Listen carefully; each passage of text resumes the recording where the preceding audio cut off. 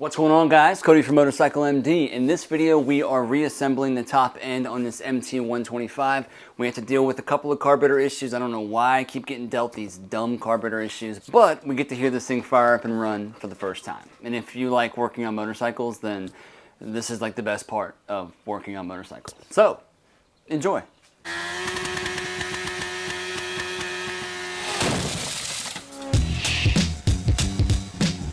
I already got the piston on. We have our arrow facing forward towards the exhaust because two-stroke pistons are ported a certain way. Just gotta make sure we follow that. It's good. We got our gasket surface all nice and clear.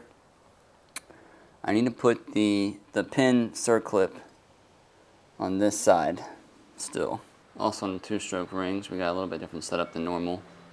See, it's got these little mouths on them. On the two-stroke pistons, they have these pins that kind of lock the ring into place because they don't want these things spinning all around. You got one on both back sides of here, here, and here. Wiseco states that it does not matter which way these rings go. Traditionally, we're always looking for lettering that are on the top of them, and then I always had that facing up, so I'm just going to keep that method. But they clearly state that it doesn't really matter. But let's go ahead and get these on here. And around and around. Just gotta make sure they stay in their position. So use a little bit of two-stroke oil around here. Let's go ahead and get our new circlip in there as well. I usually do these by hand. I like to, for good measure, just let's take a pick, find one end,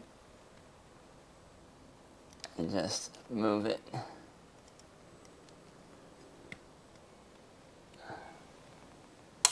Just like that. I already put obviously the new needle bearing for this top and the new piston pin. I always replace those when you put a new piston in. So that's obviously already been installed.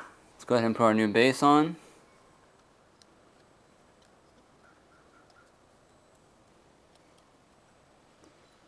And very carefully, we're going to put our cylinder on. Make sure that the rings can move around.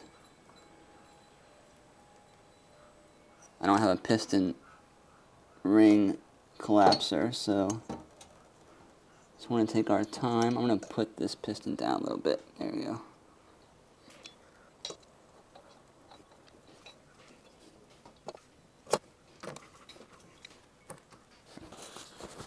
Sorry, that was way too zoomed in. It's installed. It's hard to take care of this camera the whole time I'm working. Go ahead and install our washers and cylinder base nuts. Just go ahead and throw our point system and stator in, magneto, I don't know, whatever we call it this time. This part. I like to just set these in just a little bit with a manual impact, just one good hit. And locks it in there. Throw this guy on following our Woodruff key. At the bottom,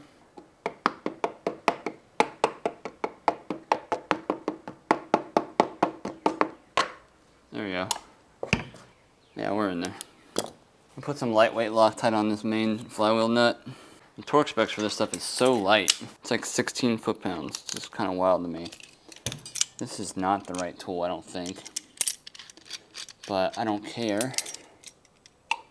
As long as I can torque it down.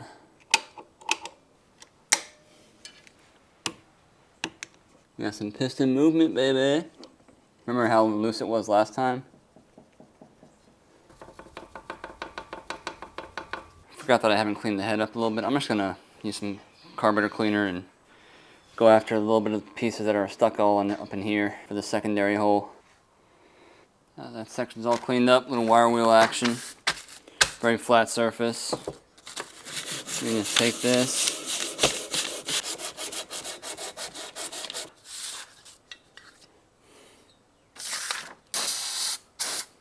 Woo, not on the camera.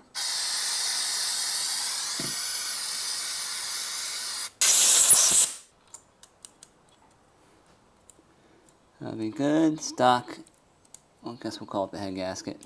And put a little bit of oil on these threads here. Okay. And then we'll torque down the head. Crisscross pattern. Tell you what, something cool about getting to freshen up a motor without having to even take the gas tank off. Got about 22 Newton meters on this. We'll go to full lock now.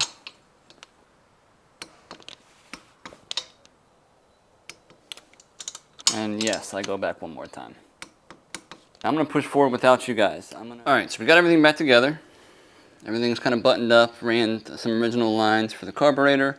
Got oil in this thing. I'm leaving the flywheel cover off. What I'd like to do is be able to check the ignition timing on this thing. It's probably gonna be off, so I just wanna make sure I'm prepared for that. We got a clean carb, we got a decent battery.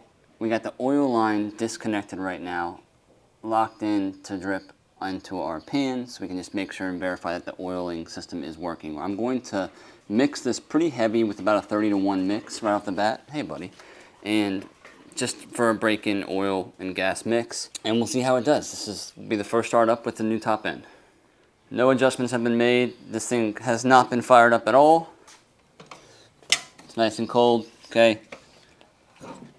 Got some good compression. Let's see what she does. Need something to adjust the idle with and the mix, but we're just gonna let this thing eat for a little bit with some heavy mix into it. Make sure we got no leaks. We're gonna have to go through the cabling on this. It's all really crusty. When you return the throttle back, the oil pump is not returning back. You gotta like manually push it, so the line and stuff is kind of corroding on the inside, so we gotta take care of that. All right, so we got some gas. All one shot, all one shot. All right, see what she do.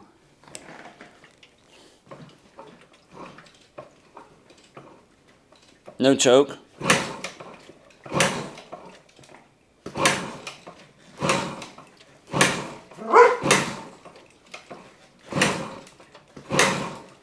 Let's give her a little choke.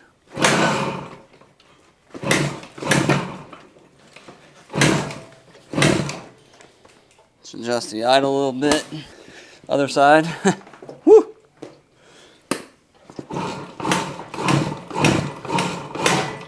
I don't even know if we got spark right now, or if we have a dead battery.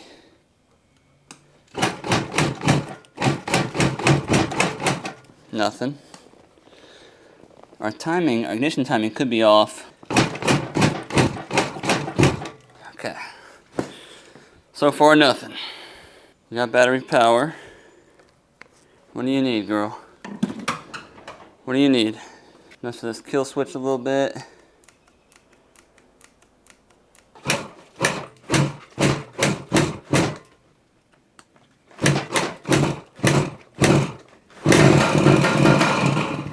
Turn our idle in again. Pretty far in there already.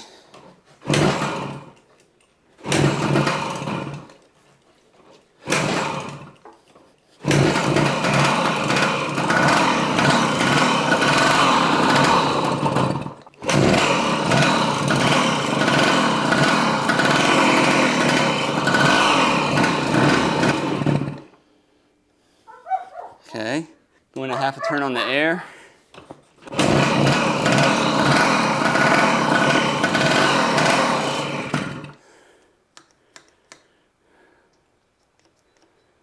Huh.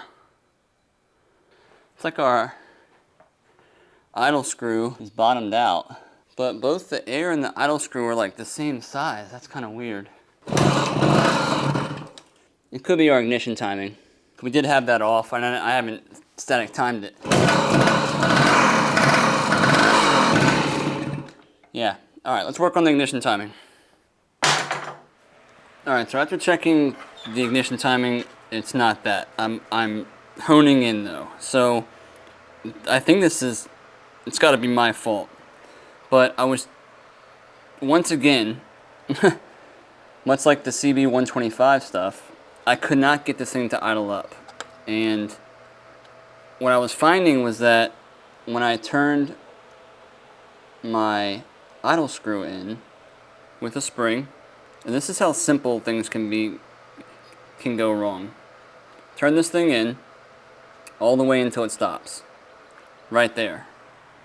There's no movement here. And I was like, well, what the heck? How, you know, the idle air screw and the mixture screw and the idle screw are the same length, which I thought was odd. I was like, okay, well, maybe I'll just find a longer one that will reach out more. No, I think what I've done is I have swapped the springs. So, which would cause this thing to coil bind. Bound all the way, it's not allowing me to make any more adjustments. So, let's just find out in real time. If this is the case, and it's totally my fault. I take full responsibility. But I was definitely scratching my head here for a second, but I think we might have come up with something. Let's see. So here's this is a new one, and let's compare them.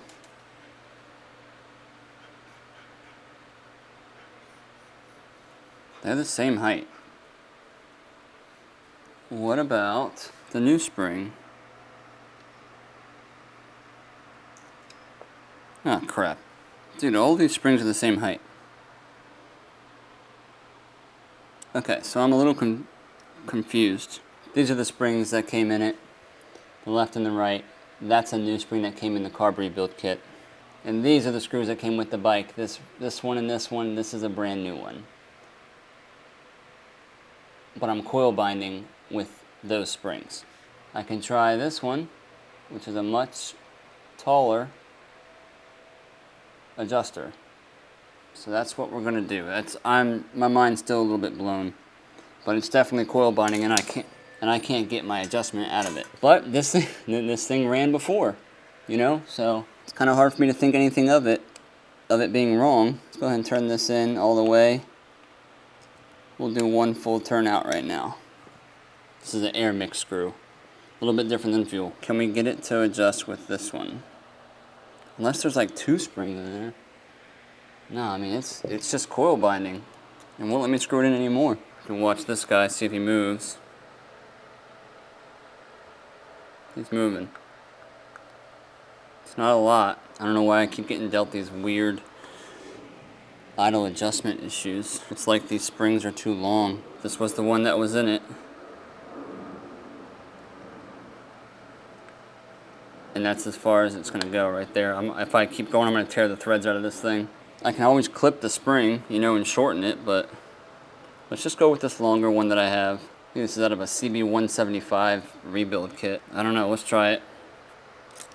Strange, man, very strange. I'm also not even sure if this is the original slide. I have no point of reference for it, so. Alright, let's try this again. I cleaned the points too, just filed them down real quick. They seem like they're in time right now. Gas. We can adjust the idle. Let's bring it up. Come on, baby.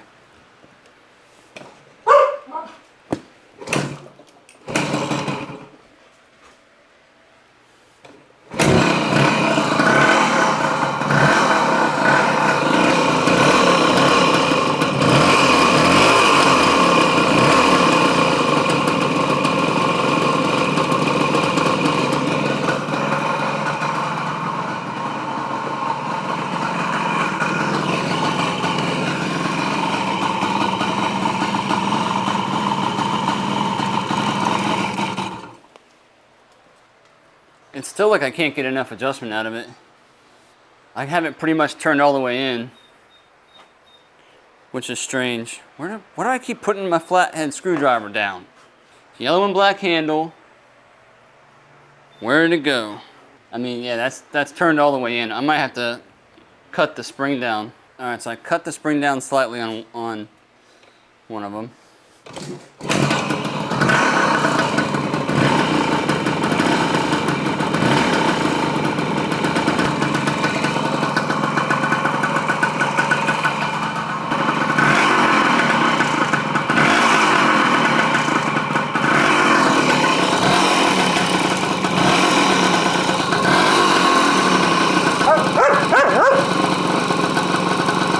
Give it some more gas. When it comes to the mixture procedure, we're still doing the same thing. We're listening to how long it takes for it to come back, to fall underneath the idle and pick back up. We're looking for all that stuff. Drops a little bit. If I turn it in quarter turn, air screw adjustments are very dramatic. They respond a lot with small adjustments.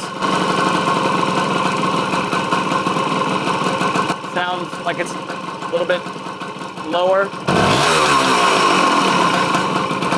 die out right there. You hear that? We'll bring it back out a quarter turn. Give it a second to adjust.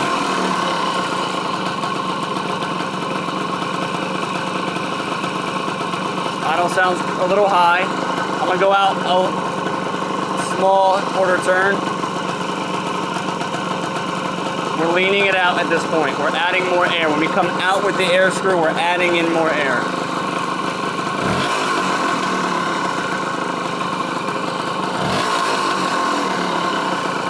Takes a little bit longer for it to come back. So I'm gonna go back in just a little bit.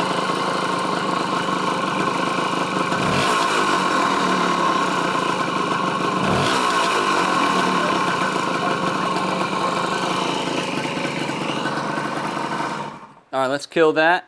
That's our first run. I don't want to keep ringing it up too high. We'll let this thing cool down completely. We'll do another run on it.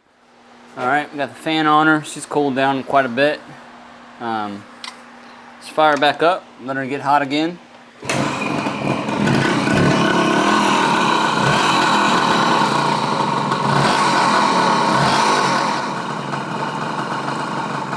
She is also charging pretty well.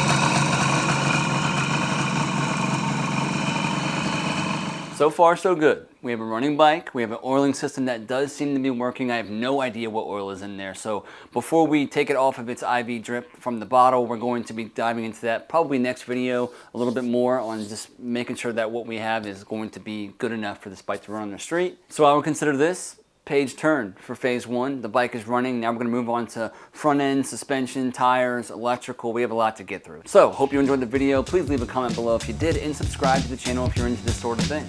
See y'all around. Later.